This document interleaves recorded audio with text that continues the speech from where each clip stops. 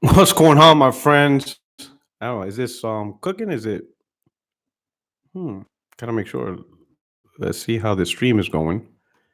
But what's going on, my friends, my family, my fellow gamers?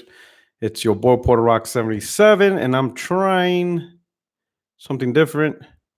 Um, trying to see how this webcam streaming is going. All right. So far looking good. What's up with the chat? Yeah, it's been around. Hey, can you hit me up? How does it look? How does the stream look? Does it look laggy? Am I sound right? Just give me a heads up. Because what I'm doing is I'm using YouTube's Web Live. I think the main difference with Web Live is only one person one. I can't have like a podcast or other members. I think this is just one person web streaming live directly to the audience. So I figure under these conditions, this is probably the best way. Probably the best way to quickly get out there. And then if I ever want to host a podcast with other members, then I'll do the Streamlab stuff. Camera's laggy. Maybe if maybe next time I'll see. I don't see much settings to this. Maybe if I'm able to tone it down to 720p or something. But as long as the voice is good, I think that's the main important part for this. But hey, it's been a while. Everybody's asking, hey, where you been, brother, and all that stuff. Semper Fi, Heath. Rome Rush was good. Everybody, Wounded Penguin. Everybody's asking me where I've been at. So I'll just give a quick channel update. But before that, if you don't mind, I would appreciate it if you guys could retweet this out, retweet the link out, get everybody going. I miss you guys and stuff like that. I already pinned this stream on Twitter. So if you could retweet that, give it a like, spread it around, and then we'll chop it up real quick. But definitely hit the like button. But it's been a while. So over the last month or so, I've been real busy. So just in case people didn't know, I'm not a full-time content creator. I have a I don't want to use the word normal career. I have another career. I'm in the military, right? So that's my career. That's what brings home the bacon, right? Z spilled soda on his PC. Oh my God. Oh my man. But that's my career, right? Content creation is more like a hobby, something I have fun with. I truly appreciate hanging out with you guys, rocking out with you with the channel and stuff like that. But my main career is my priority. So whenever things get hectic and shoots up, then that takes over. And then at that point, I have to balance my life. So my number one priority will always be my family. That's always going to be number one, right? Number two, my career. My main career. You know what I'm saying? And then at that point, if any of those things tick up, something has to take a back seat, and usually that's going to be my content creation, because it's either that or play less games, and I'm just not going to choose playing less games over content creation. But because of that, that's why I don't have any things like that's why I don't do things like Patreon or any type of subscription based service with fans or whatever, because then at that point it's no longer a hobby. Now it becomes a duty that I owe fans because they're paying for stuff like that. That's why I never got into the whole Patreon and stuff like that. All right. I do have the super chat, but I see that as right then and there for the moment, and then I do have PayPal, but that's nothing, I don't even really advertise that as much, to be honest. But reality is, though, I hit an uptick and stuff like that. All right. There's potential that I'll be leaving Germany soon. Well, not soon. Maybe by next spring, I will probably be in California, being stationed out there. So I'm excited on that. I'm kind of sad that I'm leaving Europe earlier than I planned to, but I'm also excited because I never got stationed out in California area. So I'm excited about that. So because of that potential, some of the things I wanted to do for my channel, I have to put it on hold because the time difference between Europe and California is huge. So I need to stabilize myself when the time comes. So from now till then, I'm still continuing to push out videos. Yeah, Southern Cali, San Diego area, Oceanside. Um, what you call it? Oceanside. Um, so I'm gonna stabilize myself in that area, and then I'll start implementing the things I want to do with my channel. Okay, but in the meantime, you'll see me post videos. I might do a podcast here and there. A lot of the members, they're doing big things in their lives and stuff like that, and they're doing fantastic things.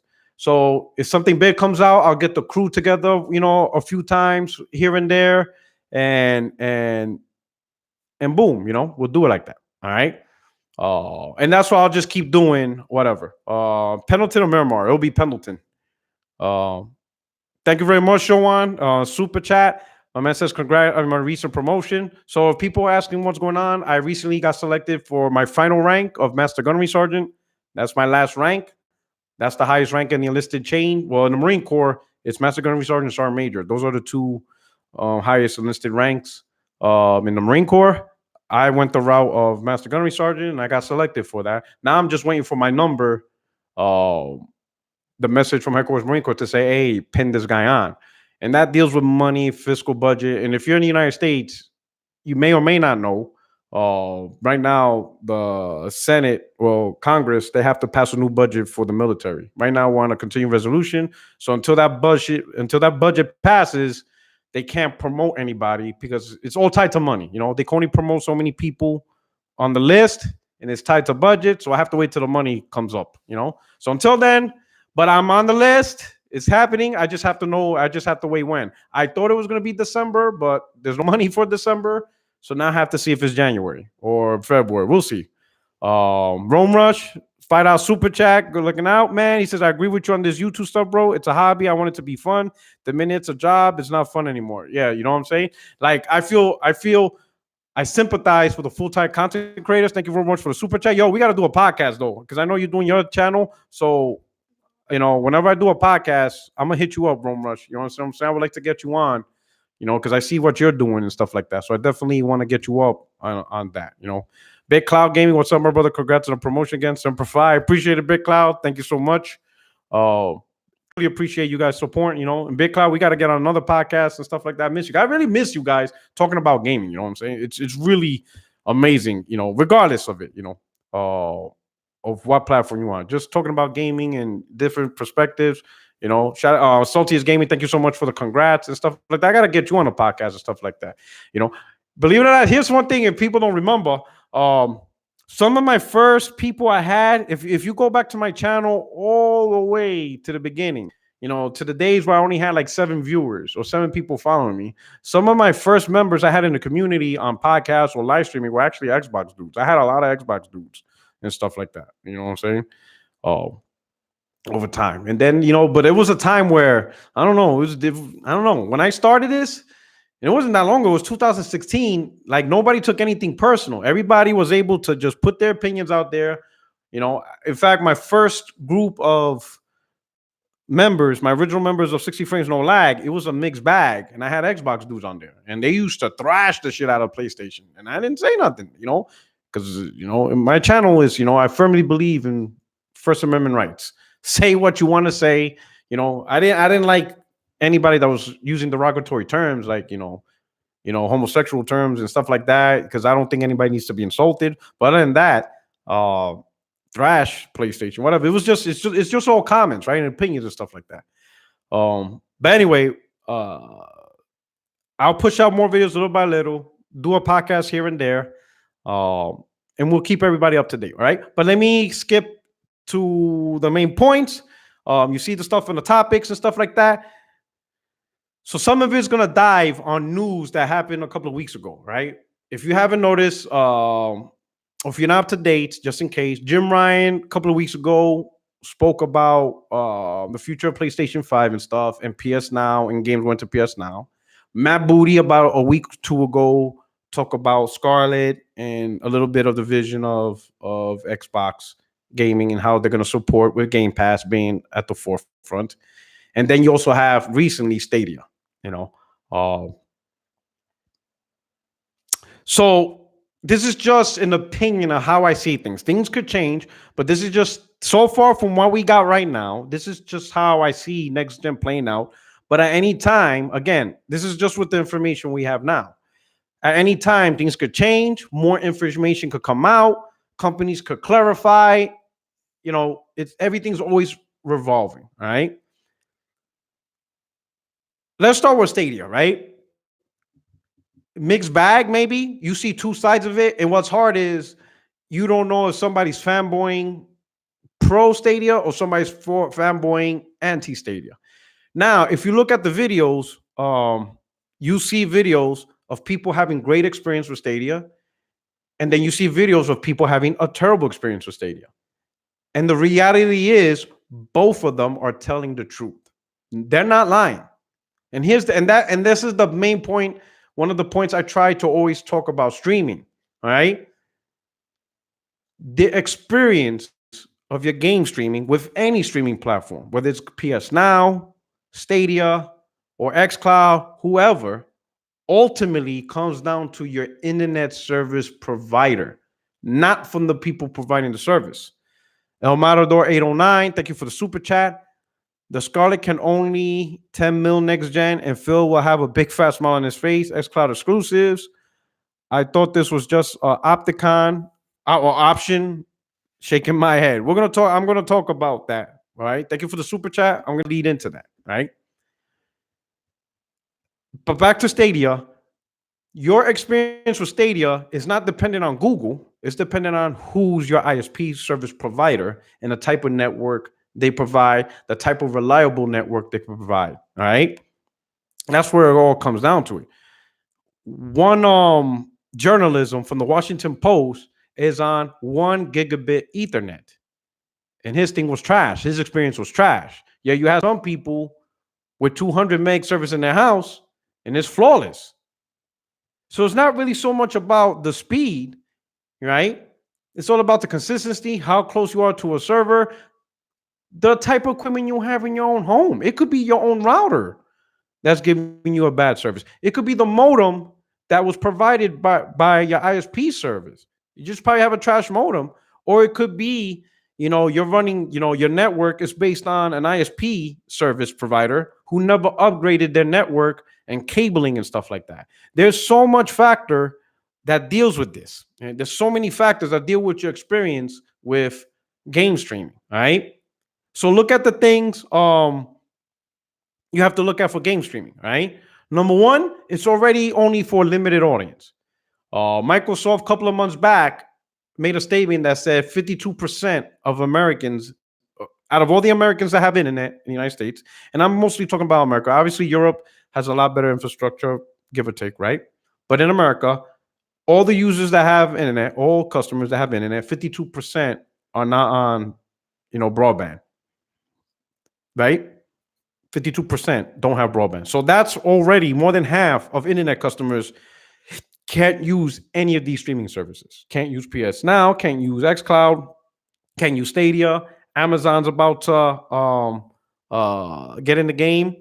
Those are customers that they don't have for that service. So now you're focusing on the other 48%. So now among the 48% that do have internet, how many of them actually even care about using a dedicated streaming platform, Vice, PC, or consoles? So that's even less on that one, right? Now, let's talk about the ones that are willing to use Stadia. Like the J-Dubs and everybody else, the people that are willing, all right? It's already been reported that 4K 60 up to 20 gigabits of data is being used per hour. Per hour, 20 gigs of data per hour. To put this in perspective, let's take Fallout, like Fallout 4, right? Or let's say Fallout 5, right?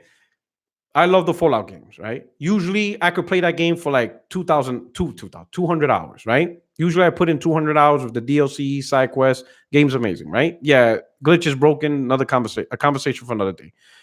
Let's pretend the next Fallout game is 200 gigs, because I know that's going to be the argument. Well, when you download games, it's like 150, it's going to be 200 gigs. Okay, let's pretend gaming, when you download, buy it digitally, is 200 gigs, right?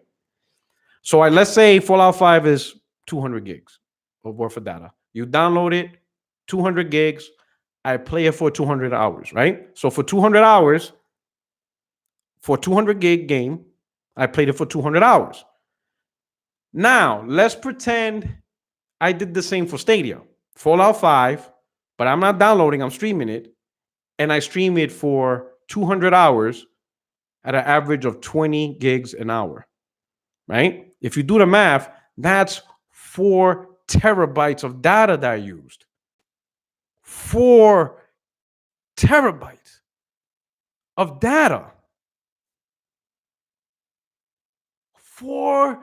I'm going to say this again. If I played Fallout on Stadia and I played it for 200 hours, I used up 4 terabytes of data. Now, for those in America, for those really not in America, right? I'm pretty sure, especially those in America, I'm pretty sure you heard of the term net neutrality, right? Okay. We don't have that in America no more. We do not have net neutrality. And for people who don't fully understand what net neutrality is, right? And I'm not insulting anybody's intelligence, but this is for something you need to know. Net neutrality pretty much means ISPs can do what they want with the service they provide. All right. For example, an ISP provider, we'll just say Time Warner, right? We'll use Time Warner or pick any ISP provider that provides internet to your house. Time Warner, Comcast, Optimum Online, Xfinity, all these services, right? They could potentially, and this is legal, right? They could provide you right now, you have an unlimited plan right now in your house, right? But now all of a sudden, because of the rise of streaming, they're noticing people are using up 20 gigs of data per hour. So they can change their plan and tell you, hey, you have a new plan. You still have unlimited data, except for game streaming. That is no longer part of your unlimited data plan. If you want to game stream and have unlimited streaming for game streaming, you have to pay an extra $50 a month. If not, any game you stream, you're going to be charged per gigabit of data, so they can make money off you. So either you pay the extra $50 a month, or they're going to charge you for every gig of game streaming data that you use up, right? So potentially, let's say, and that's if they go cheap. I'm just being nice and saying $50 a month. They could probably say 75 to $100 a month extra if they wanted to. But let's say they say 50, right? So 50 times 12, that's 60, that's $600 a year. So while it started out as, well, if I go with Stadia, I don't have to pay $500 for a console. It saves me money. I save myself from $500. So while it started out as you saving yourself $500 of a one-time purchase of a console, you now have to pay $600 every single year because the ISP is going to get this money. Don't think for a minute in America, an ISP is going to let you use up 20 gigs of data, and they're just going to let you slide off their network. Don't think that for a minute. Do not believe these guys are providing internet as a service for humanity. Because if they did, they would have not have fought against net neutrality. That was the whole point of net neutrality, to put all these ISPs in check and to ensure they provide equal bandwidth across all services. That way, even if you're the smallest content creator, right, to the largest, you all have access equally to the bandwidth, and you won't get charged extra or whatever. It's fair across for everybody, and it's fair across all consumers. It's a balance. It's pretty much a level playing field for both the industry that requires bandwidth, like Netflix, Disney Plus, Microsoft, Google, all these things, right? That's why Microsoft, Google, Facebook, they were fighting hard. If you noticed, IBM, Microsoft, Google, Amazon, Netflix, Hulu, all the people that requires internet, they were trying to make sure net neutrality stays. But look at all the people against net neutrality. Time Warner, Comcast, Verizon, Sprint. Notice the people providing it, they were against net neutrality, but the people who use it were for net neutrality. That should tell you. You know, when Microsoft and Google joined forces and Facebook, that should tell you something, right? Because these companies fought against net neutrality, they don't give a damn about even playing field or providing the best service for customers. They want to leverage their networks that they own and decide for themselves how to best leverage the most amount of money they can. With this game streaming, once they start seeing that data being pulled, 20 gigs per hour, they're going to cash in on that.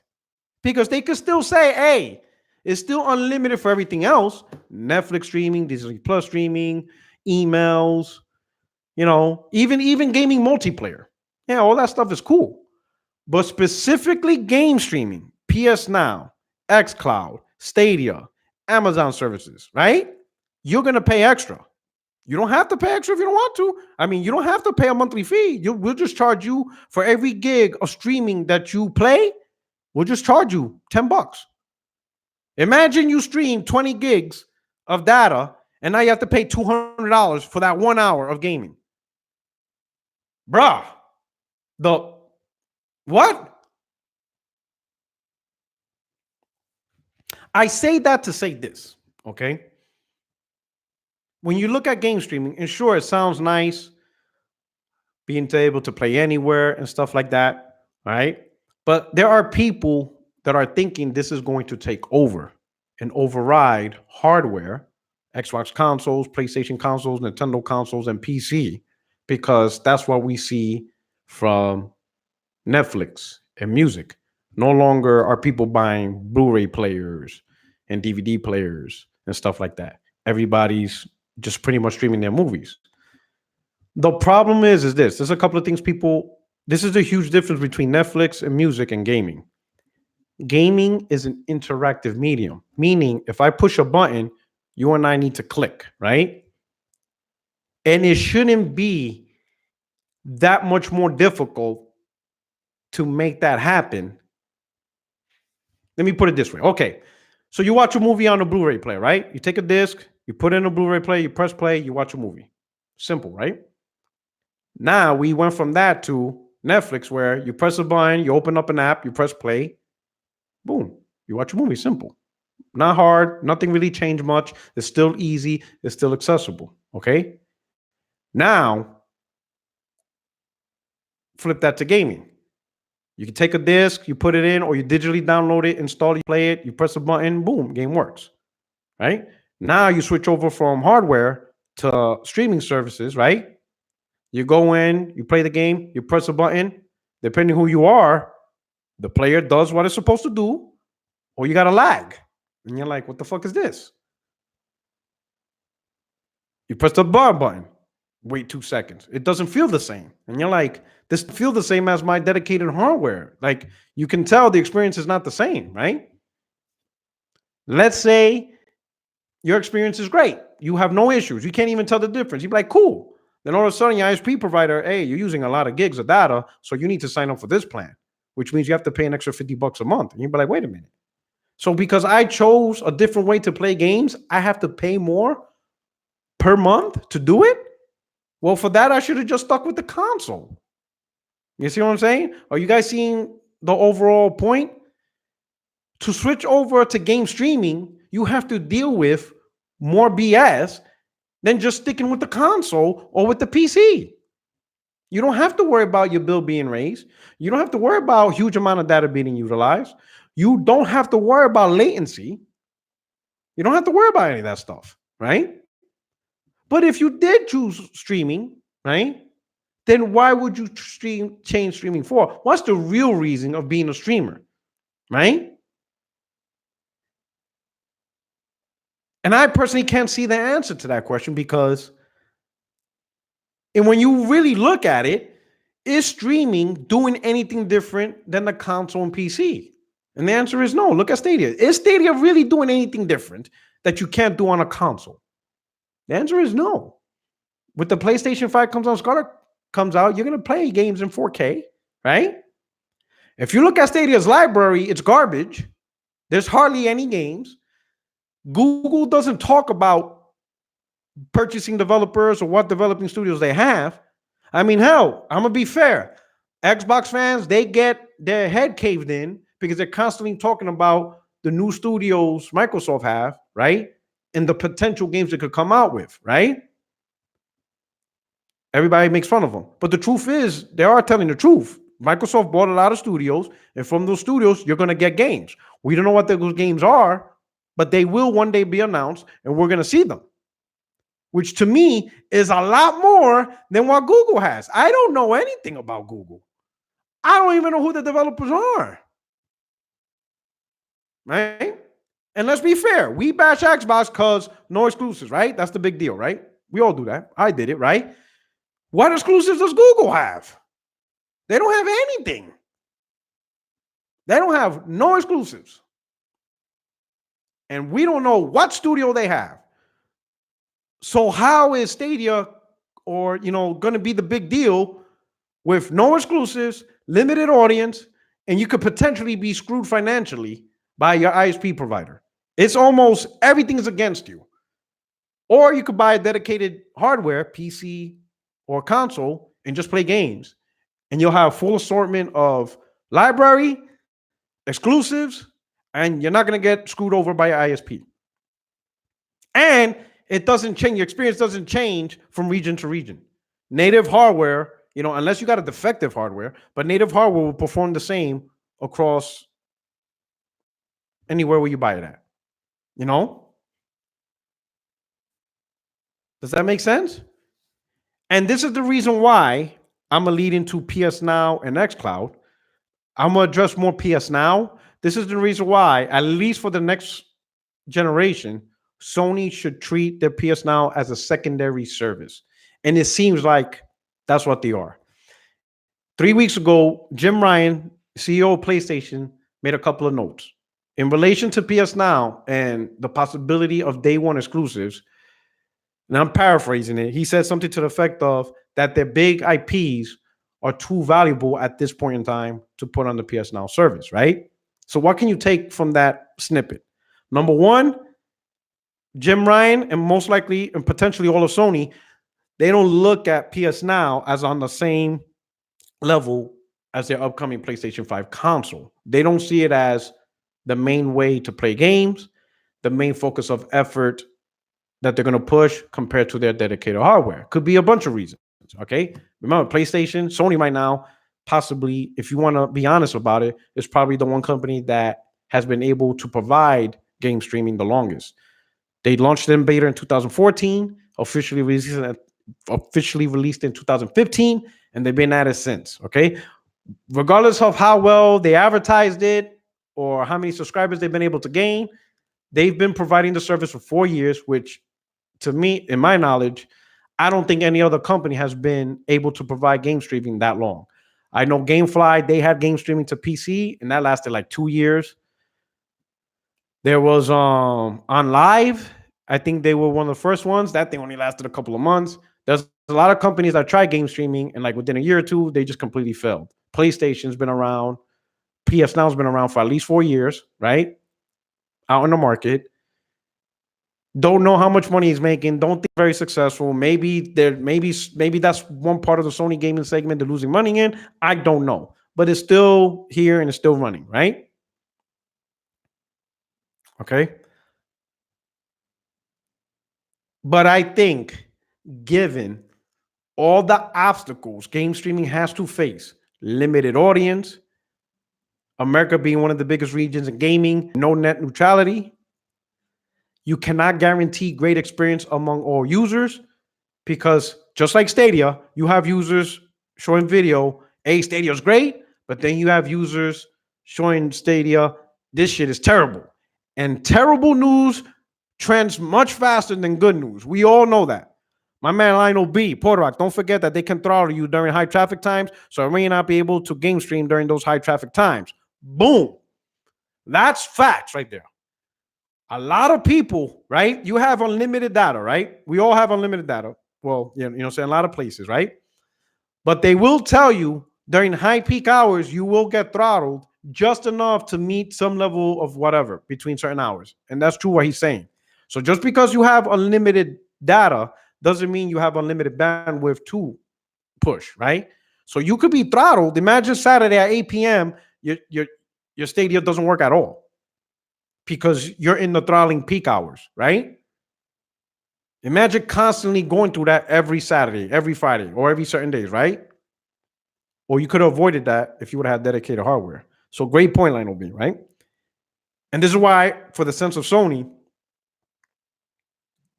I get a sense that they're just treating PS Now as a secondary platform, a secondary option, right? And there's all key signs to that. Like, for example, they recently put God of War, Infamous. What other game they put? They put like 3, 4 games, right? Uncharted 4 and one more, right? Onto PS Now. Or and Grand Theft Auto 5, right? On PS Now. But it's for a limited time, which is weird. Like, why would you take it away after 3 months? It was available in October, and as of January 2nd, it's going away. That's not how you treat something if that's going to be your focus for next generation. That's not what you do to something, right? You don't do that. You leave the games there because I'm pretty sure you want people to subscribe in January, right? You want people to subscribe in February, but those games aren't there no more. So you're not giving people reasons for new users to subscribe, right? So you leave those games there and then you keep adding more games. But that should tell you how Sony's treating this PS Now. How I look at Sony's using PS Now, I think they're using it as a sampler.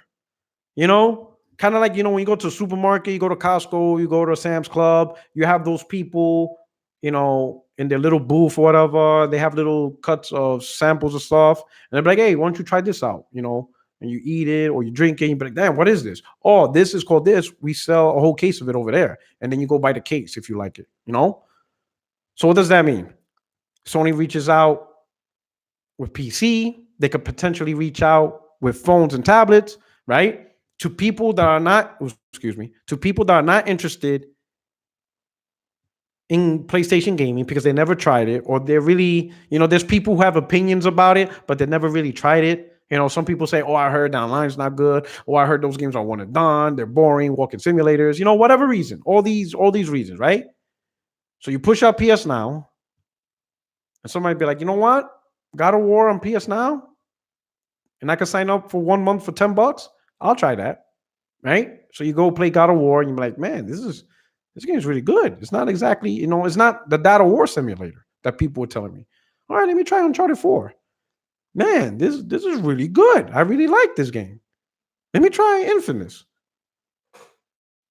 Oh shit! You know what?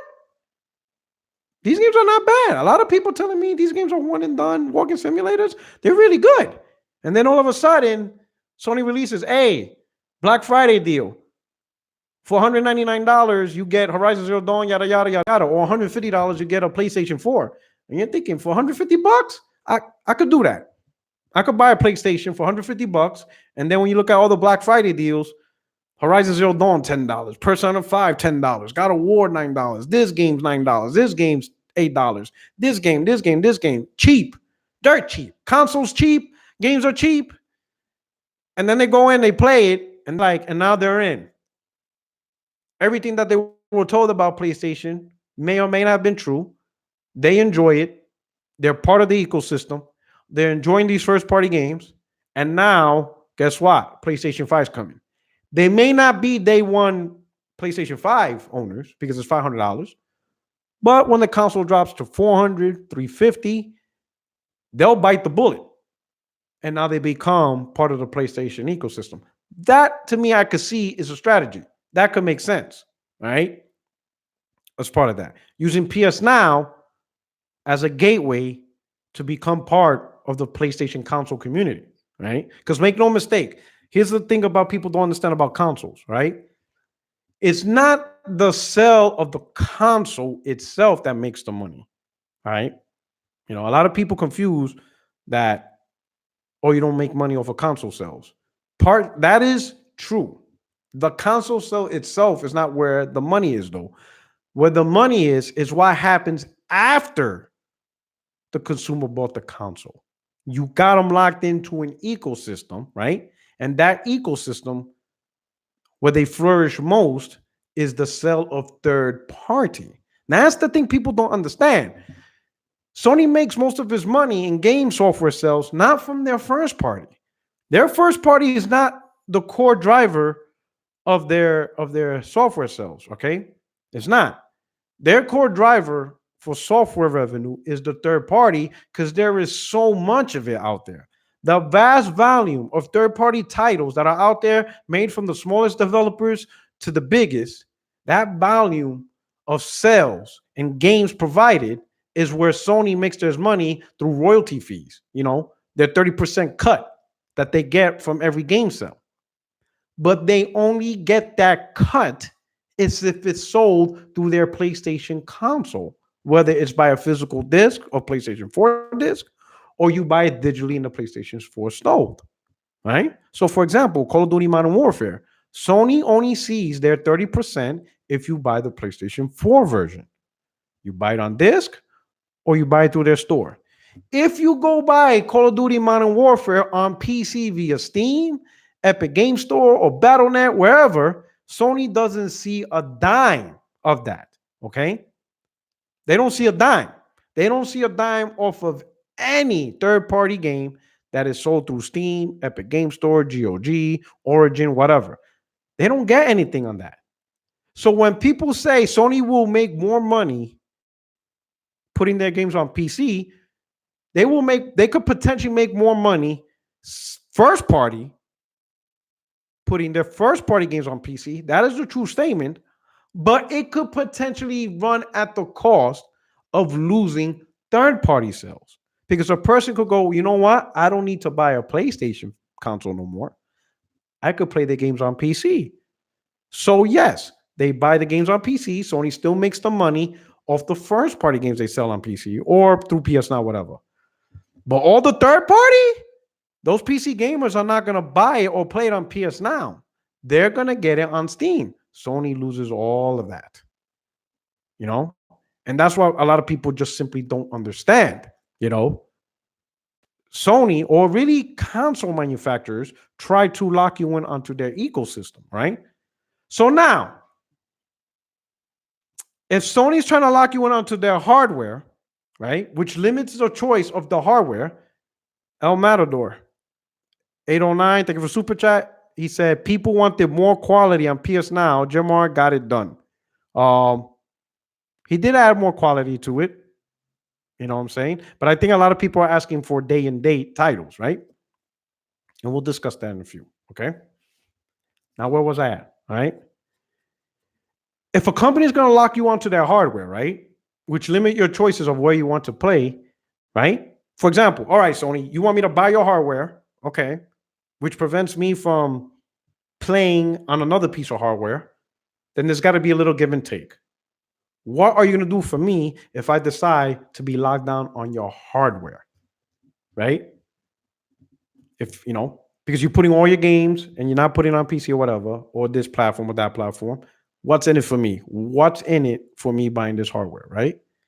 And the answer is games. And that's what Sony's been doing, right? Sony's providing quality first party, some titles, not whatever. But what they also been doing is going after third party, trying to give you exclusive content, which pisses off a lot of the other platform holders, right? PC gamers, Xbox gamers, Nintendo gamers.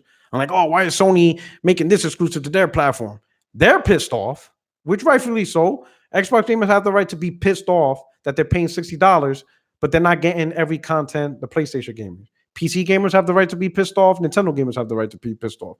Not arguing that. They do have the right to be pissed off that they're all paying the same price for the game, but they're not getting the full content because it's PlayStation exclusive. They are right. But for the PlayStation user's perspective, this is why you bought the hardware. Because this is what Sony's going to do for you. They're going to try to get timed exclusive content or full all-out exclusive content, or they're going to try to get the game and make it exclusive, in some way or form, right? Maybe only available on less platforms, like for example, Street Fighter 5, only available on PC or PlayStation, or time exclusive games, like Neo 2, Final Fantasy. They're gonna give you more stuff for choosing their console one way or another. All right. One way or another, hey, this is what we're gonna do for you. Since you're a PlayStation customer, we're gonna treat you the best we can. With more than just first party games, when it comes to third party, we're going to do the best. This was a statement I think said 2 months ago, 3 months ago, when Sony said they are focusing on the hardcore and that they're going to go after third party titles. They're going to go after time exclusive content. They're going to try to get third party titles to be exclusive on the PlayStation 5. They're going to go all out. They already said it. So it's going to happen. So if you're a PlayStation 5 owner, prepare for a treat, especially if you like third party games. That's just who's going to benefit from it, right?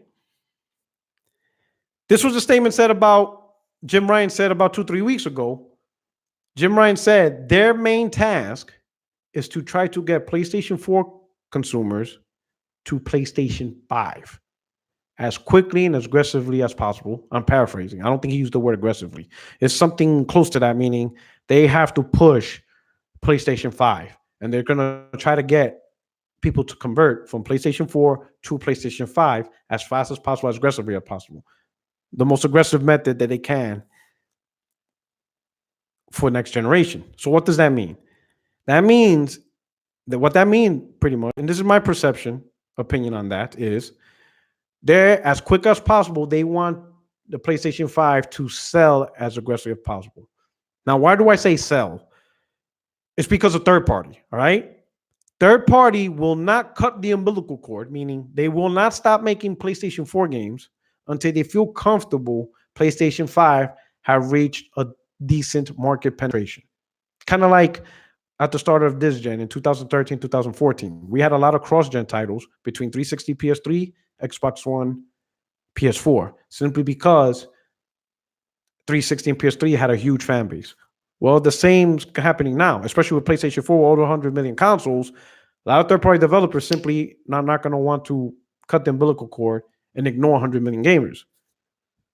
The way to offset that is try to get PlayStation 5 to sell rapidly, to show that rapid growth, win NPDs, GFK charts, sell out in Japan, sell out all around the world. Just an aggressive campaign where the consoles are just selling out worldwide, right? But how is PlayStation Sony going to do that? Well, the number one way they're going to have to do that is with games. That's the key. That will always be the key. Sure, PlayStation can have powerful hardware. Sure, they can even advertise the most powerful hardware, right? Doesn't matter if you're not showing the games that make people be like, man, that looks great. And it can't just be PlayStation 4 games that look better on PlayStation 5. Sure, that's going to attract some gamers. That's going to attract the hardcore, right? But the people that are not hardcore, people that are in between hardcore and casual, the middle ground gamer, they could appreciate the enhanced graphics PlayStation 5, but they'll be like, but for $500, I can still enjoy the game on my PlayStation 4 Pro, and they'll still have a good time. So they'll step back a little bit. They'll be hesitant to drop that $500, right? Sony's going to have to bite the bullet up front and push out console exclusive to PlayStation 5. For example, Horizon Zero Dawn 2. They're going to have to make a choice. Do you make it exclusive to PlayStation 5 to get people to be like, I got to get that console, but at the cost of the game not being available to the huge fan base of PlayStation 4? They're going to have to make a decision on that. They're going to have to pick and choose what they want. And I think with that statement of being aggressive, that's what they're going to try to do. There's going to be certain games that they're going to bite their bullet, they're going to bite their tongue, and just make it exclusive to the PlayStation 5. It is possible the game could still have huge success and huge sales. Look at Nintendo. Nintendo has some games, big games that they push exclusively on just the Switch at launch, like Super Mario Odyssey. Right from the get-go. And that game sold huge. So there's potential putting these big games on PlayStation 5. As the console sells, that's going to be a game that people pick up with the purchase of the console. They buy a PlayStation 5, they get Horizon Zero Dawn 2. PlayStation 5, Horizon Zero Dawn 2. So for every console sold, Horizon Zero Dawn 2, maybe Gran Turismo 7, these games are being bought right along with it. You know, that could be a strategy. Okay. What will slow down that strategy is putting your games everywhere. You know, let's say Sony is able to expand PS Now to phones and tablets, and they do decide to put all these games day one. You no longer have to buy a PlayStation 5 to play these games, right? That's just the truth. That's just the reality. It is what it is. Are there still people that's going to buy a PlayStation 5? Yes, there will still be people that buy a PlayStation 5. Will it be as much? The answer is no. Some people will settle for game streaming. Some people just will and stuff like that, even if it's at the cost of having a downgrade experience. That's just a reality, if that makes sense. How much you want to bet they will go after GTA 6? They could potentially, as far as marketing, definitely. They're going to go after GTA 6. In fact, if you notice, Sony took the marketing of Rockstar Games this whole gen. They had the GTA 5 marketing bundle and they have Red Dead marketing bundle, right? Uh, okay. Somebody put, doesn't matter, the game will sell more on phones, on tablets anyway. I disagree with that. And the reason why I disagree with that, because number one, a lot of people that make that statement, I ask them, so you're gonna buy it on tablets? And most people, oh no, no, not me. I'm not buying it. I'm gonna buy it on console. Okay, so you're not talking about yourself then. Like, no, then who are you talking about? Well, I'm talking about the tablet gamers. They're gonna buy it. Have you ever talked to a tablet gamer or a phone gamer and see what they actually play? Like my wife, she's a phone gamer, right? And I asked her if they sold God of War or Grand Theft Auto or this game, would you play it? And she's like, hell no. Because what people don't understand is phone gamers have the games they want to play. They like to play very quick, very easy, very accessible, mostly free games. Sure, they pay money for the in-app purchases to beat boards and levels, get items, but for the most part, they don't really purchase games. They download free games and they just get suckered into in-app purchases. If you notice, that's where all the money is going to: in-app purchases or advertisements. That's where phone gaming makes their money. Go to any average phone gamer that doesn't play on console or PC, ask them, hey, what game are you playing right now? Just ask them that. And they're going to tell you some weird shit that you never heard of. And they absolutely love it. And then when you look on your phone, it's a free game, right? Chances are it's a puzzle game or some type of sim game with in-app purchases where you could just buy shit to beat it. That's what phone gamers like. That's what makes the money in the phone gaming. They don't really want to play God of War or Gears of War. They really don't want to do that. They don't really care to do that. That's not their game. You know, every ecosystem out there has their own games and what they like. You know, like when you think of PC, sure, they play multiplayers and all that stuff, but a lot of PC gamers, they love their RTS, right? They love their real-time strategies, they love their strategy games, they love their simulator games. Very big community in PC for that. Not so much on consoles, right? Gotta make sense, right? So I don't think a lot of people understand phone gamers have their community. They have the games that they like. They have what they consider big games that they love. They don't really care about console gaming in a nutshell. They don't really care about the games that we play.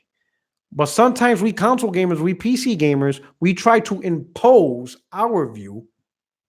And we trying to tell them, oh, those games suck. You're going to like God of War because I told you so. That's not how it works. Like my wife, I can't convince her to like God of War, even if my life depended on it. She's not playing that game, no matter what. It ain't happening. That's not her game. Her games is these other free shits, right? And then when I look in the bank, $20, $10, Apple Tunes, iTunes. She's spending all this money. Hell, she spends more money on her games than I do on my shit. And it's these stupid ass in-app shitty ass games that is insane, right? Okay? That's just the reality, right? All you got to do, if you and you don't have to my word for it. Go to your if you have an iPhone or you go to the Google store, simply look at the most played games list. It'll be right in front of your face. Right, Kenton Wilson, pull up your phone. If you have an iPhone, go to the Apple store. Most played games. It's right there in your face. You'll see it. 3 ball and all these weird stuff. You don't have to take my word for it. Look on the phone. It will tell you what phone gamers are playing, and you will see the list of just what the fuck are they playing. You'll see it. It's there. It's the phone gamers play a totally different ecosystem of what they want. It's not something I'm making up. You can look at it yourself, and you'll see firsthand what they want to play and the type of games they're playing with that. My man Vedger, he said Sony can also stall those price cut downs on those PS5s only games in 2 to 3 years too. So eventually those games will sell full price either way. Sony can also stalling. Let me see. Sony can also hold on. I'm bugging out here. Sony can also something those prices cut downs on those PS5s only games in 2 to 3 years. So eventually those games will sell for full price either way. I'm losing your thing. Hold on. Sony can also stalling. You put stalling those price cut downs on those PS5 only games in 2 to 3 years too. So eventually those games will sell for full price either way. You lost me, Vedger. I wish I understand. Can you or stall? Hold back. Oh, okay. All right. They can hold back those price cuts downs on those PS5 only games for 2 to 3 years too. Okay, like what Nintendo did. Like a lot of those games are still freaking $60 to this day. I don't think Sony's gonna do that because Nintendo does clearly. All right. Ultimately, those first party games that Sony has, they have two jobs. Obviously, to sell on their own right, but also to sell the console, to add a spice, you know what I'm saying, to sell and pull in people, So that way, if you're the type of gamer, I love Call of Duty, you love Call of Duty, yeah, we got Call of Duty 2 plus Horizon Zero Dawn. And then you'd be like, oh, snap, okay, yeah, cool. You understand what I'm saying? That's what exclusives do. They add extra to a library that's already out there among all titles, right? So there's two jobs. Now, which job is more important? I think the more important job of the exclusive is to sell the console more than sell itself. And the reason why is, like I said before, the sale of the console is just a start, right? Once you put that console in somebody's home, that's where the money's made. Because now that gamer is going to buy this game. It's going to buy that third-party game. It's going to buy controllers. It's going to subscribe to PS Plus. That's where the money's being made now. The consistent game purchases, accessory purchases, headsets, all that stuff. DLC, that's where the money starts rolling. Again, the sell of console is only the start of where things are going, right? And with the sale of the consoles, guess who notices? Third party. Third party looks back and they'll be like, man, that PlayStation 5 console is selling off the hook. When Sony approaches third party and be like, hey, let's have a conversation. Let's talk about marketing rights. Let's talk about exclusive content. Maybe time exclusive. Do you want to sit down? That third party is going to be like, this console selling, that console's not. Let's talk, right? And a lot of developers be like, hey, we're good, but we still want to make it on PC though, day one. Sony's good with that, if you notice. Sony's good with some games going on PC for whatever reason, right? You can have those conversations when a console selling, right? So now let's flip this over to Xbox. Recently, Matt Booty was in an interview talking about that the way forward, that one of the biggest, and again, I'm paraphrasing, is Game Pass. Game Pass is their platform that they're really pushing. What they're really pushing is Game Pass. That's what they're really pushing. They're pushing subscription-based service. That's really Xbox. Let's call it that. Game Pass is Xbox. That's what they want. All right. It's no longer about the hardware that you play on. It's about, can you subscribe and sign on to this service and do your gaming through this service? Doesn't matter what hardware you have it on, whether it's on the Xbox console, whether it's Xbox One, Xbox One S, Xbox One X, or the upcoming Scarlett, or you choose to play on PC, right? Right now, they're pushing XCloud. What's up, Dizzle? What's going on? Right? You could choose Game Pass through XCloud. However you choose to play PC, consoles, phones, and tablets via XCloud, are you on Game Pass? Right? And to get to that, they're making decisions. They made decisions such as day one first-party titles on Game Pass. There is no wait. You don't have to wait a year, 6 months. Day one. So if you got Game Pass, you're going to play every Microsoft first-party title or any title they publish, whether it's from their own developers or another developer. You're going to play it day one. They are also going after certain third-party developers to try to put their games day one on Game Pass. Like, for example, recently, Blair Witch. Blair Witch been announced for PlayStation 4, right?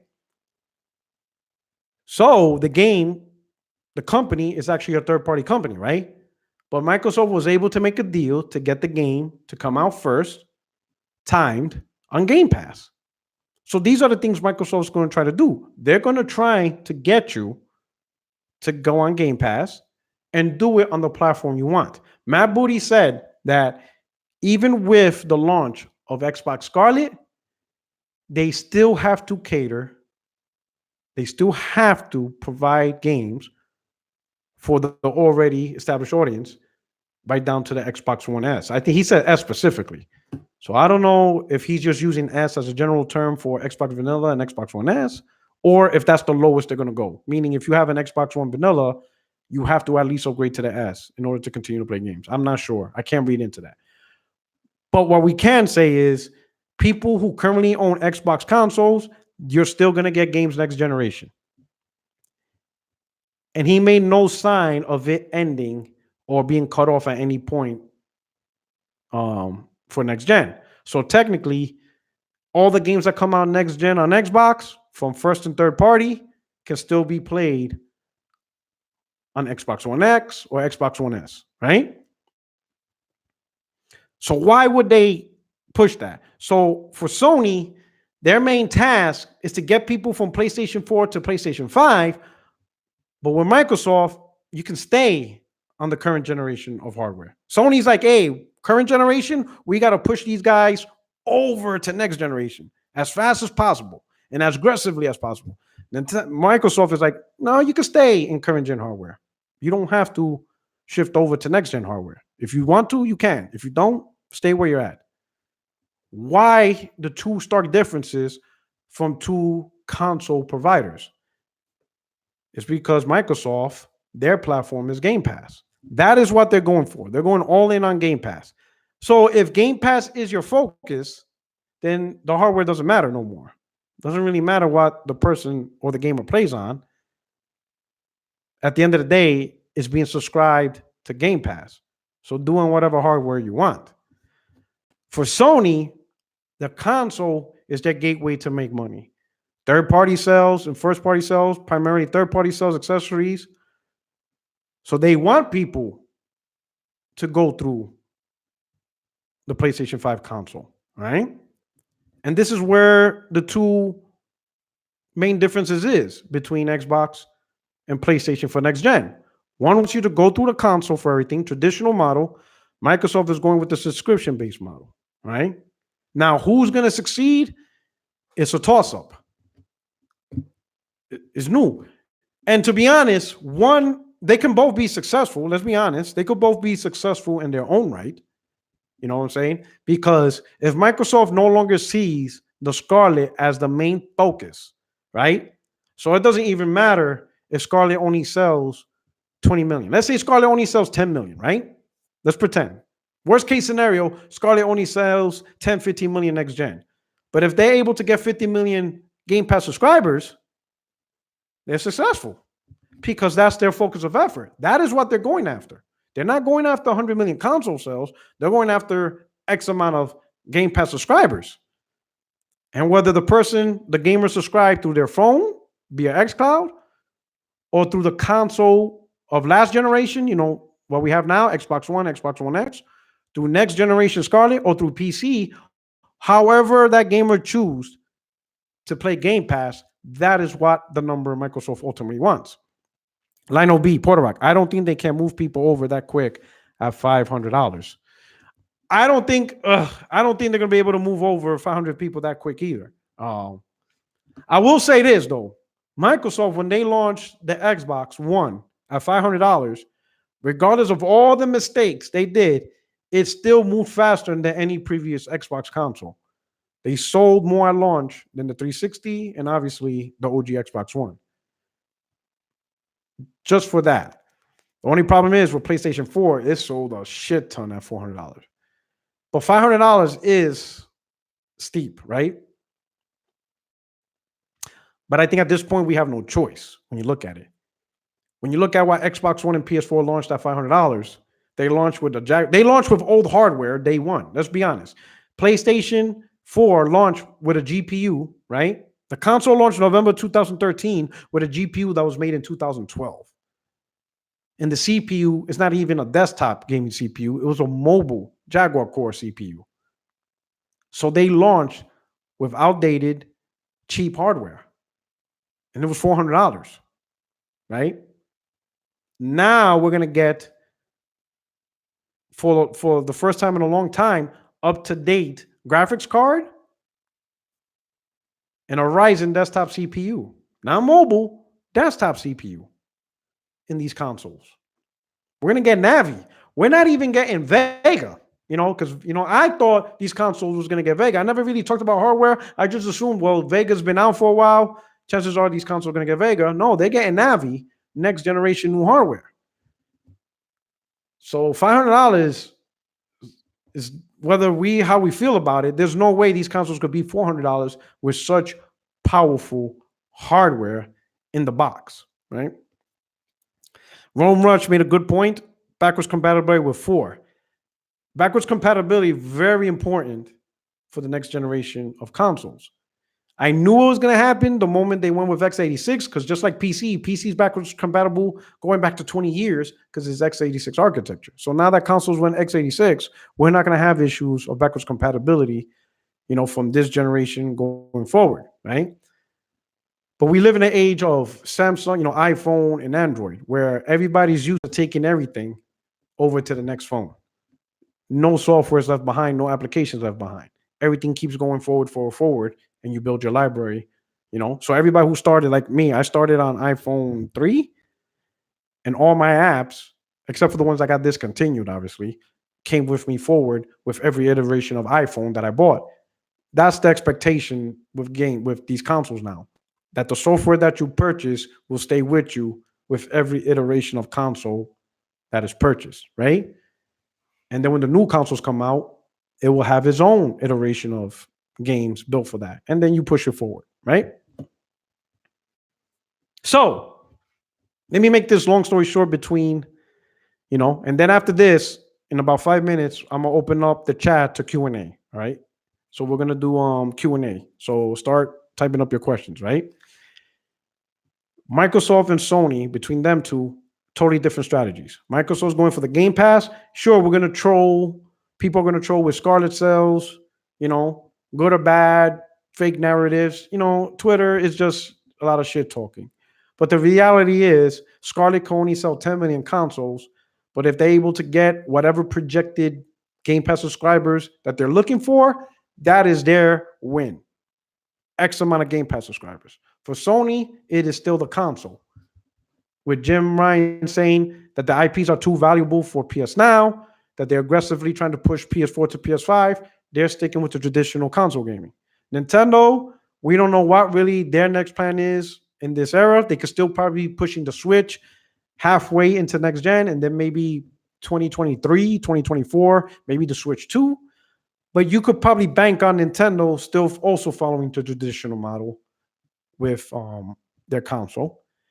And then finally, Stadia, Amazon, PS Now. Stadia and Amazon, obviously, they're going to push these platforms as, hey, this is the way you want to play games. This is the primary way for you to play games. XCloud is being used to augment the capability of Game Pass. I think that's what XCloud really is going to be used for, to give people on phones and tablets the ability to enjoy Xbox games uh, and sign up for Game Pass. And then I think Sony is going to use PS Now as a secondary low tier gateway type platform for the people who aren't in PlayStation Network, who aren't part of the PlayStation community. Play a little bit of PlayStation Now. And if you like what you've been playing and you want a better experience, more games, newer games day one, then buy the PlayStation 5 console. And then over time, as the console drops in price, more and more people will be acceptable. Just like now, a lot of people that didn't want a PlayStation over the last couple of years are going to buy some this year because it's $150. At that point, $150, and then you look at the games, they're like $10. It's a win. It's a win for them. They'd be like, yep, I didn't bother playing PlayStation all gen long, but $150 and I could play all these games? Cool. And that's the strategy for that. But now we'll open up to Q&A because it's been a while. Talk about any topic. Death Stranding, Game of the Year awards, whatever you want. Let's open it up. Let's see what we got here. Okay. What do you think about DualShock 5 leaks? I was hoping for paddles as standard. Still looks fine though. DS has been great. I saw some of the DualShock leaks a little bit bigger from what I was seeing. I was told it's about as heavy as an Xbox One controller without the battery pack. Type-C charging. I think they took away the light bar, which is interesting because then how is that controller going to work for the future plans of VR? Because that's one of the reasons PlayStation 4 controller has it. Unless they're going to focus with the Move controllers, which makes sense because I played mostly. I mostly use the Move controllers for VR, but it sounds good. I too was hoping for paddles as standard, as the next step. I think having paddles standard to the controller would have added more options for game control. But because they stuck with the default configuration, we're limited to I ain't gonna say I don't want to use the word limited, but nothing's really gonna change as far as controls. I think if paddles would have been standard, there could have been more in-depth controls. If I remember correctly, a better level of haptic feedback along with pressure sensitive triggers. So the one thing I like about the pressure sensitive trigger, so there's a difference between what PlayStation 5 has and what Xbox One currently has. Xbox One currently has triggers that rumble. So you feel the rumble when you pull the trigger on a gun or drive, whatever. It just rumbles, right? With the rumors of the PlayStation 5, it's not just vibration, but it's actual pressure. So for example, let's say you're playing Call of Duty and you pick up a pistol. Well, when you press the trigger to shoot the pistol, it might be harder. You might notice like, man, it's a little bit tougher to actually get the trigger now. But when you pick up a rifle, which usually has hairpin triggers, you go like boom, boom, boom, boom. So when you play a game like Call of Duty and you leave the feature activated, you can actually feel the different types of guns and how they shoot. So now your favorite gun is not just how it performs in game, but how it feels in your hand via the trigger, right? Same thing with cars. When you press, a trigger for braking, some cars hard brake, some cars are very loose. So, it just adds a different level of experience with the object you're playing with. And I think that's pretty cool. I like the sound of that. Also, being able to fine tune your controllers, if I remember reading it correctly, for adjustments, so it sounds pretty good. Let's see what else. What are your thoughts on Death Stranding, and do you consider Game of the Year? So I have Death Stranding. I have not played it yet because I've been stuck on Final Fantasy. I don't know if you've been seeing my Twitter lately, but I've been posting a lot of Final Fantasy 15. I decided to play like 2 weeks before the Stranding came out to catch up on my backlog. I say, hey, let me try Final Fantasy 15. I had this game for a while, and I did not think I knew. I had a feeling I was gonna like it because I saw gameplay and I'm thinking, yeah, and I always like Final Fantasy games. I didn't think I was gonna love it this much. Like I'm playing all the DLC. I already knocked out 3 of the DLC of the other 3 characters. Um, I went back to the main game to do the Royal Pack DLC. So I'm finishing that up. I'm finishing some other quests and hard level bosses for that, and then I'm gonna play the multiplayer just to check it out. So all the content that came out for Final Fantasy 15, I'm just been playing it and I'm just loving it. But once I'm done with that, I'm gonna play Death Stranding, and then also I gotta play Sekiro Shadows Die Twice. I got that. So right now, if I were to say what's my game of the year based on the games I played, it would be Resident Evil 2. I absolutely love that game. I also played DMC5, but Resident Evil 2 personally, at this point from what I played, would be my game of the year. I have no idea what to say about Death Stranding at this point. Let's see. Do you think the Xbox One X is powerful enough to run some next gen games? Yes. It's just not going to be at the next gen level. It'll probably be missing some effects, whatever. Unless somebody out there makes some type of development tool set, new physics, something, or new engine that is made specifically for next gen and cannot run on current gen hardware. If somebody does that, then obviously they're planning to make games exclusively for PS5, Scarlett, and PC.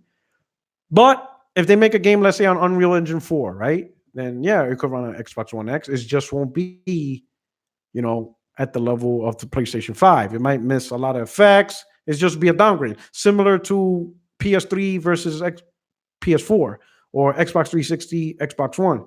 You saw the stark differences between the two games and how they made them. Let's see what we got. P-Rock, should I sell my Xbox One X since I'm getting a PS4 Pro? Hard question. You're gonna notice a downgrade. Well, I can't tell you. I know some people. So I don't got a One X or Pro because I didn't see the need for buying a console just for 4K graphics. So it depends on how you want graphics. Xbox One X generally gets the best version of games. It depends, what I would do if you're gonna get the Pro, keep your One X and play the Pro and see how you enjoy it. Play it for a while. Play it for a couple of months. You may not like the third-party titles on the Pro, and you're gonna wish to, you may not like playing Cyberpunk on the Pro. You may have wished that, damn, I'd rather have played this on my X. Or there might be multiplayer games that you wish you bought on the X because you have more friends that play multiplayer games on your Xbox than you do on your PS4. You know what I'm saying? So there's things you can, determine. My advice, unless you were going to sell the X for the money to get a Pro, if you can get the Pro without selling your X, keep your X. Keep it. Just have it. Play your Pro and then determine the ecosystem, how you're playing, the multiplats, your friends. Just figure out how it is. You understand what I'm saying? So I would say keep your X. Don't jump in blindly to the Pro because you may not like the Pro for certain things. You may love it because of the exclusives, but you may hate it because of the multiplats or just on the fact that you don't have the same friends that love multiplayer as you do on your Xbox One X. So I would say keep your X. Shouldn't MS be focused on selling more next-gen consoles for the sake of keeping third-party developing for it? Wii U, Vita come to mind. So this is the difference, all right? If Microsoft is trying to create a system where you can play games on your phone or tablet via XCloud, you can still play games on your Xbox One S or Xbox One X. You can play games on the upcoming Scarlett, or you can play games on your PC. If Microsoft created an ecosystem that leverages all those hardware, then it doesn't matter if Scarlett sells. Because the lack of numbers Scarlett has is easily made up with the numbers that's already in place with Xbox One family of consoles and with PC, and soon phones and tablets. Does that make sense? You know? And Microsoft is willing to lose out on multiplayer sales. Like, for example, Microsoft put all their games on PC, right? So now PC gamers are no longer buying those games on the console. They're buying it on Steam, right? So because of that, there's no way Microsoft is going to make money off of PC on third party sales because third party sales are mostly on Steam, right? But that's okay if Microsoft could find a way to get those PC gamers to subscribe for Game Pass, right? Because even though they sold Gears on Steam, they also put Game Pass on PC. So PC gamers must be like, hey, I like Steam, but it's hard for me to pass up playing Gears for $10 or playing all the Microsoft games for $10 a month. Pretty hard to pass up, right? Vice paying $60 on Steam, right? Because when you think about it, you buy Gears 5 on Steam for $60, you could have just put the $60 towards Game Pass and you would get more than Gears. You would get Gears, Outworld, some third-party titles, recently Yakuza, you get a whole bunch of stuff, and that's the sinker. Make the money off of Game Pass, So again, Scarlett doesn't have to sell a lot for Microsoft to make a lot of money because they're leveraging other platforms to ultimately push their ultimate goal, which is Game Pass. And that's how they're going to make their money. So they really don't have to sell a lot of Scarlett. If you buy Scarlett, don't buy Scarlett. At the end of the day, did you subscribe to Game Pass though? They'll be like, oh yeah, I subscribe to Game Pass. Good enough for us. With the upcoming Netflix feature, The Witcher, do you think you will ever play The Witcher 3? Hey, I own it, you punk. I'm just scared to invest 300 hours. Fucking Dizzle. Yes, I'm going to play The Witcher 3 eventually, man. It's hard out here being a pimp.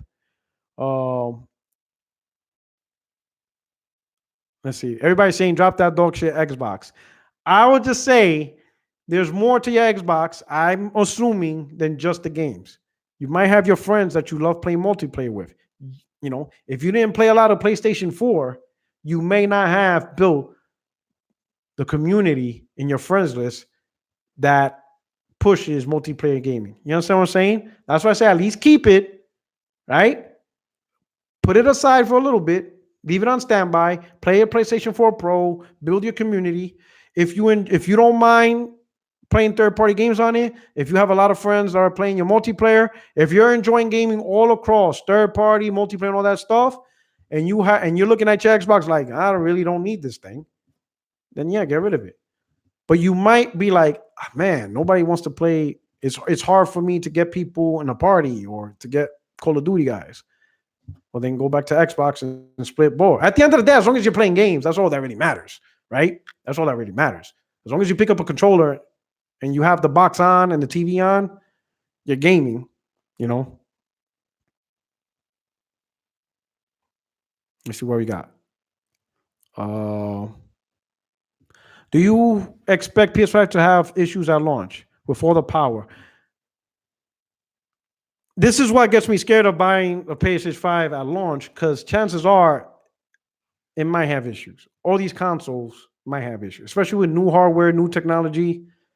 You're talking errors, crashes, overheating. God knows. That's why usually I like to wait at least a year before jumping onto a new console. So it could potentially, but I think I'm going to rock out with the PlayStation 5 at launch. I'm definitely getting the warranty. I'm getting me a 2-year warranty. I don't care how much it costs. You just got to. And then we'll take it from there, But there could always be issues with a console. What dev, young boy Gip, what dev should Sony target next? Interesting question. Who I would like to see, and I think they fit PlayStation's portfolio personally, is From Software. Right? I think From Software, I would like From Software, and maybe not so much the dev, but the IPs. I would like Sony to buy certain IPs from third party, namely Konami. I would like Sony to buy Metal Gear IP and Castlevania IP from Konami. They really don't make games like that anymore. They're into slot machines and all this other stuff. So who knows? Oh, and Silent Hill. Who knows if they will ever make these games again? But if I was Sony, I would like Sony to make a bid, and they could tell Konami, your previous entries, you keep them. We're not buying out the old IPs. You still own them. The original Silent Hill, all the original Castlevanias, all the original Metal Gear Solid. They're still yours. We just want the rights for new games from here on out, and we own them. So we start making the new Castlevanias. We start making the new Metal Gear. We start making the new Silent Hill. And the reason why is since Sony and Kojima have such a good relationship, Sony could be like, hey, we bought Metal Gear. Kojima, can you make this go Metal Gear? Can you make the Silent Hill PT? Everybody loves that demo, right? Remember PT demo? Possibly one of the biggest demos and most talked about demos this gen, and people just wish that game came out. Well, Sony could be like, hey, we own Silent Hill. Can you make this PT demo? Can you make the game you want to make? And then with From Software, I think the titles that they make fit that PlayStation environment. I mean, look at Bloodborne 2, right? I mean, look at not Bloodborne 2, Bloodborne. I think if Sony would have owned From Software, we would at least be guaranteed a sequel under them. Wounded Penguin, are you getting a Scarlett or sticking with PC? I am going with PC for the first time as my secondary platform, and I will explain why. And it has nothing to do with power or performance, because I'm not that guy. You hardly ever see me hype power as the end all be all. Okay. But the reason why I'm choosing PC over Scarlett as my secondary platform, is simply because of games. Right? With the PC platform, I am able to play whatever game MS decides to publish. So if I like it, I can play it. Whether it's Halo, Gears, Outer World 2, Ninja Theory's game, In Exile, whatever. Whatever MS publishes, it will be available on PC. If Game Pass, right now I'm not really feeling Game Pass, whatever, but let's say Game Pass improves and gets better to the point where even I'm like, man, this is actually good now. I can still have that option on PC, right? If I choose to buy a game directly, I have the option to do it through Steam or whatever. So everything that could be done on the Scarlett in terms of game content, I can do on PC, right? But there are things I can do on PC that I cannot do on Scarlett. For example, I'm loving my PlayStation VR. I love it so much, I would like to try out Oculus and see how that VR experience is on PC. That's not available on Xbox Scarlett, right? PC also has game exclusives. One of them, again, VR, which is the new Half-Life, right? There's another game I want to play is on Vampire the Masquerade 2. It's RPG in a vampire world. So there's few PC games, not a lot, because I'm not really into RTS and stuff like that. But there are a few PC games that if I had the platform, I would play them. But I have to have the platform to have the opportunity. So by choosing PC over Xbox, I have access to the Microsoft games, but I have access to even more content and more experiences. Example, Oculus Rift, that I will not get with the Scarlett. So it's just simply a game-based decision of me choosing PC as a secondary platform. For me, my primary platform is PlayStation, and I still buy other platforms because there's going to be games that the PlayStation simply just won't get. And those games I may want to play. That's the whole point of being a multi-platform owner. So with PC being my secondary platform, I will have access to these games that won't come out on PlayStation, right? And experiences that may not come out on PlayStation, right? And PC fits the bill for the first time over me choosing another console. So I'll get everything the Scarlett will get plus more. That's the reason why I'm going with PC. It has nothing to do with power, 4K graphics, whatever. In fact, chances are with PC, I'll probably most likely be playing at 1440p. I probably won't be doing 4K because I'm not going to invest that much into 4K gaming on the PC. Most of my 4K gaming will be done on the PlayStation 5. But the games I can't play on the PlayStation 5, that's available on a PC, right? Or if the PlayStation 5 version is terrible, unoptimized, you know, whatever, it's just a terrible experience, then I'll get the PC version to where, granted, it won't be 4K, but 1440p, locked at 60 or 90 frames, whatever, I'll go there. Make sense? Um, let's see. What are some features you would like to see in the PS5 UI? I'm not a big UI advocate other than simplicity. If they stuck with the same UI, I would be happy. To me, UI is just how to get around, just to get to point A to point B. Where can I go to my settings menu? Where's my games at? I like the folder, you know, keep the folder so I could manage where I put my games at. And I want to find the settings menus. I want to find the storage menu. I just need accessibility. Where's the icon for the PlayStation Store? Just make it fast, responsive, and easy to get to, and not a lot of clutter. Don't put a whole bunch of stuff on my screen.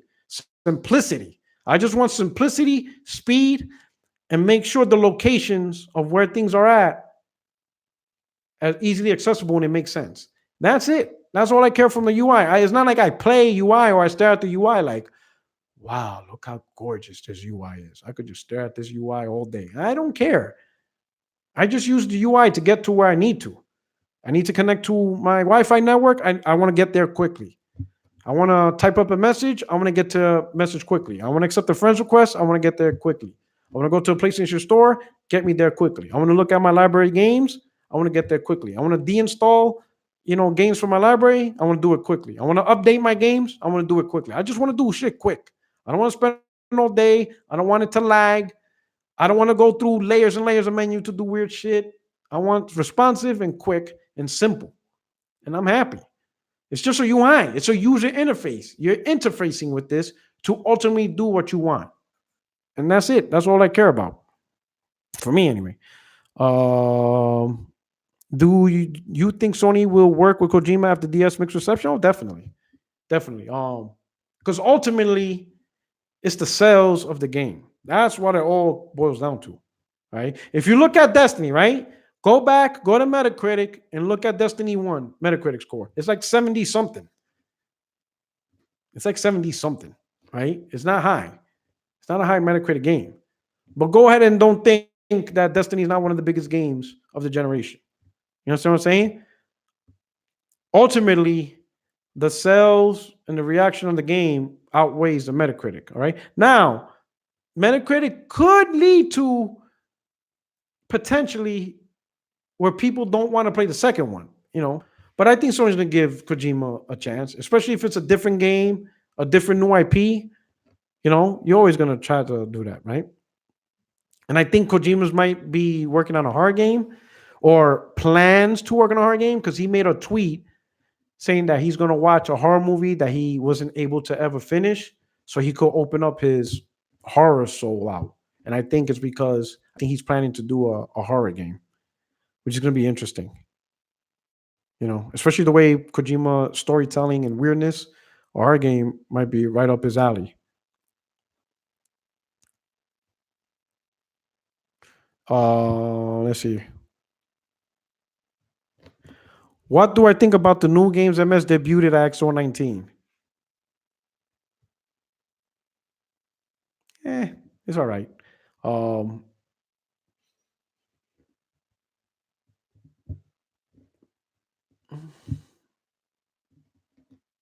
It's all right, I guess. You know what I'm saying?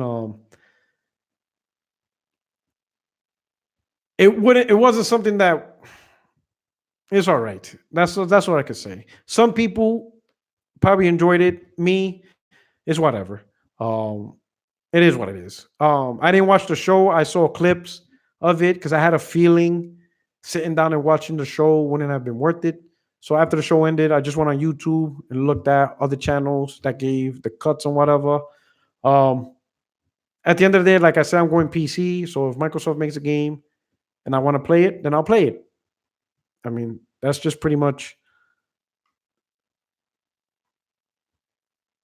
All right. Do you expect PS5 will be full BC? Full BC with PlayStation 4? Yes. With PlayStation 3 to 1? I don't know. PlayStation 4, yes. It's going to be fully backwards compatible with PlayStation 4 games. With the PlayStation 3 to 1, different because they're going to have to emulate those games. So that's a totally different stake on that one. Would Sony be smart to try to get the entire PlayStation library backwards compatible? At a very least, playable on the PlayStation 5 through digitally downloading? Meaning, granted, you might not be able to take your PlayStation 4, PlayStation 3 disc, PlayStation 2 disc, PlayStation 1 disc, and insert it and play it. You may not be able to do that. But if they say, hey, all these libraries of PlayStation 3 games, PlayStation 2 games, PlayStation 1, that's on the digital store, maybe even Vita and PSP in the digital store, you can download it onto your PlayStation 5 and it will run natively on your PlayStation 5. I could see that. That would be a smart thing. That would be smart of Sony to do that. I will say one thing. Can they do it? Will they do it? I don't know. It would just be smart of them to do that.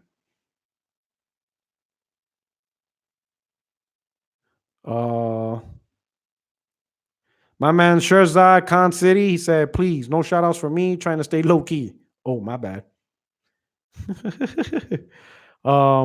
Dizzo, with the boom in content creators for gaming, do you think Sony should improve the content creating software we currently have with the PS5, even maybe go the route MS did with Mixer? So, interesting question, Dizzo. So, there's a rumor of a patent where a PlayStation 5 user can play a game, right, and record or something. They'll do something with a certain segment of their game and release it as a demo to other users. So let's say, for example, I'm playing Horizon Zero Dawn 2, right? And I take a certain segment of the game that's playable, and I'm thinking, man, this section is dope. I take that segment, do whatever this patent says it does, and then I release it as my own personal demo to users. So let's say as a content creator, right? You see me streaming, right? So I'm streaming, content creators, like I don't do game streaming because I haven't that it's a very hard skill to master. I give content creators props because to play a game and to talk and communicate, me, when I play a game, I just stay zoning playing the game. Or if I'm talking to you guys, I don't even pay attention to the game. So it's not something I do much, right? But imagine your favorite content creator and they're playing this great level and everybody's watching. The fans of that content creator, whether it's on Twitch, whatever. You're like, oh man, that's dope, that's crazy. Oh, that's dope. You seen fucking Porter Rock play this? Yo, that shit was dope. Imagine Kids Move. You're watching Kids Move during his, Bloodborne freaking, playthrough. Everybody's laughing hilariously at the shit he's going through playing these bosses, right? And then as soon as he's done, Kiss Moves could be like, all right, hey, thanks for watching. And for those out there rocking out, I made this segment of my, stream playable as a demo. So you can check out Kiss Mood's Bloodborne demo right now on the PlayStation on my channel or on my whatever. Go check it out, download it, and enjoy the part that you saw me just play. How can you do? You're talking a lot of shit. Let me see you beat it. You know what I'm saying? He could do that. And that could add a level of interaction between the content creators and the users if people could do that, like, you see, let's say you see me play a boss or one of the Valkyries on Give Me God of War level and I beat it and everybody's talking trash. And I'll be like, all right, for all of you who are talking trash, this is now a demo on my PlayStation Network channel. So go download it and let me see if you can beat it. You know what I'm saying? So that's like a challenge. So you can have content creators talk shit to their fans and tell them to put up. Here you go. Here's the demo. Let's see how you do it. So great question, Dizzo. That could add a level of creativity and benefit to the content creators, and that could add, let's say if PlayStation, and I doubt PlayStation, let's say if this is true, I doubt PlayStation 5 will be the only platform to do it. Because usually, these little secrets are known to everybody. So everybody copies in one way. But let's pretend it's PlayStation 5 exclusive, right? Let's say PlayStation 5 is the only platform that does this, right? That can pull a lot of content creators to prefer PlayStation 5 over other platforms because they can do this to their audience, So great question. Let's see. let's see what you got. Um, we'll cut this off short.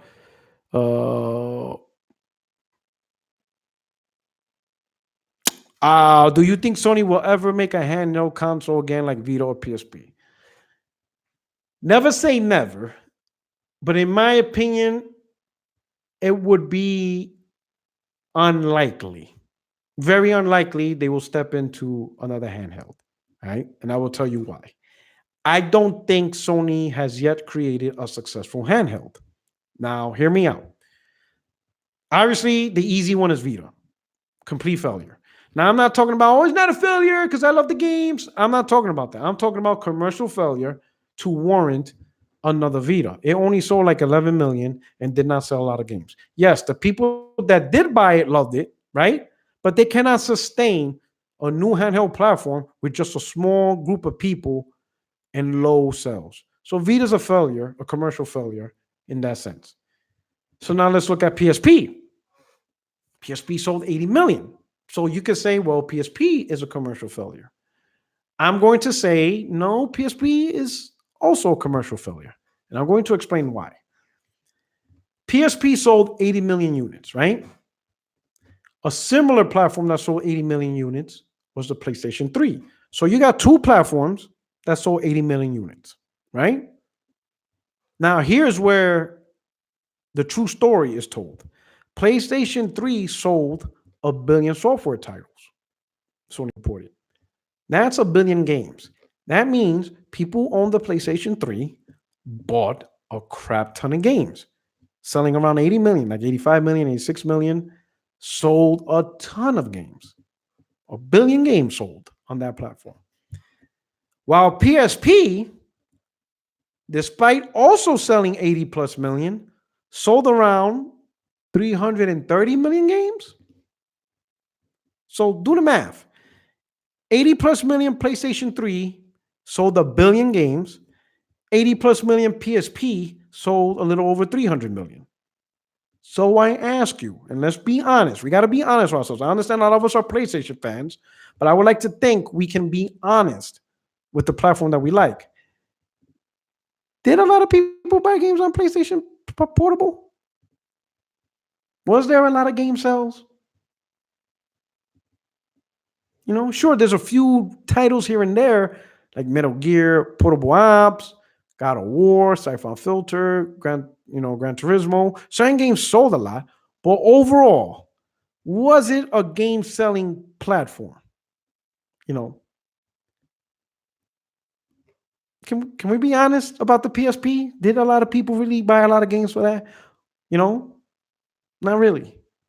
So PSP sold 80 million, but not a lot of software sales, meaning a lot of people bought a PSP and was collecting dust.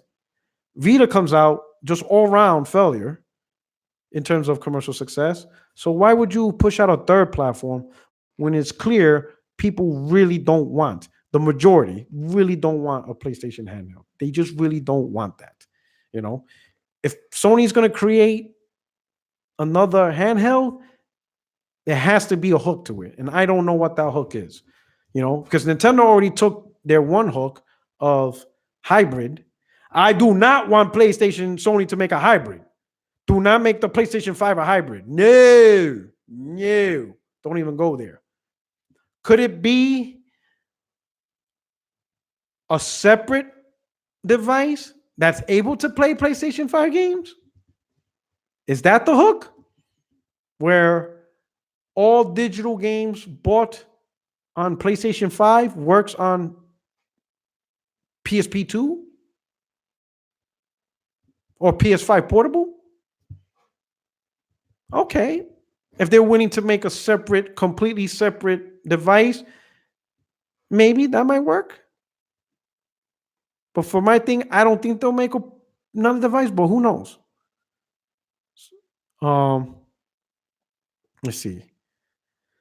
But no PS5 hybrid. For my man, sure as I said, hybrid confirmed. Please, no. No. Um, let's see. Do I expect Horizon Zero Dawn to be a launch title? I don't expect it, but I would absolutely love it. That would be amazing to see Horizon Zero Dawn. Because my I ain't gonna say worry, but the biggest meh face that you will ever see me is if Sony, the big game that Sony launches with PlayStation 5 is Gran Turismo 7. I'm gonna be like,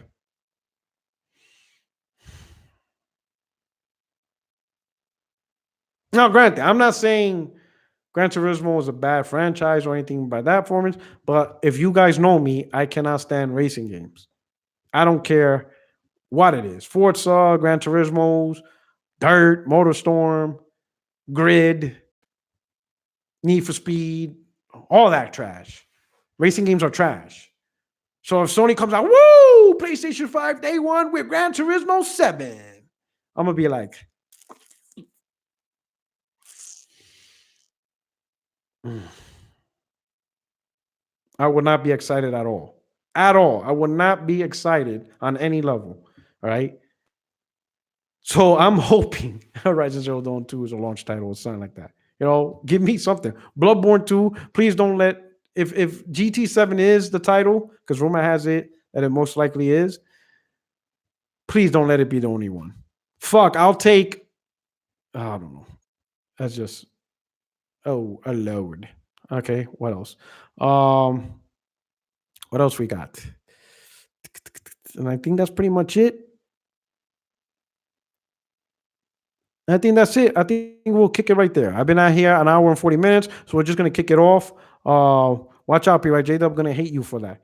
My man. Shout out to J Dub, who's playing Stadia, and it has no exclusives. He loves Stadia with no exclusives. Got no exclusives. Nah, shout out to J Dub, my man. All right, but anyway, I'm gonna be out.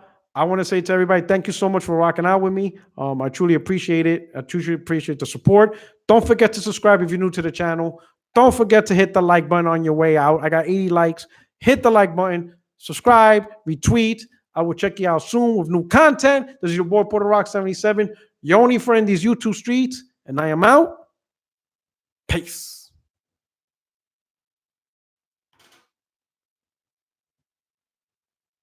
Yes, I want to end the stream.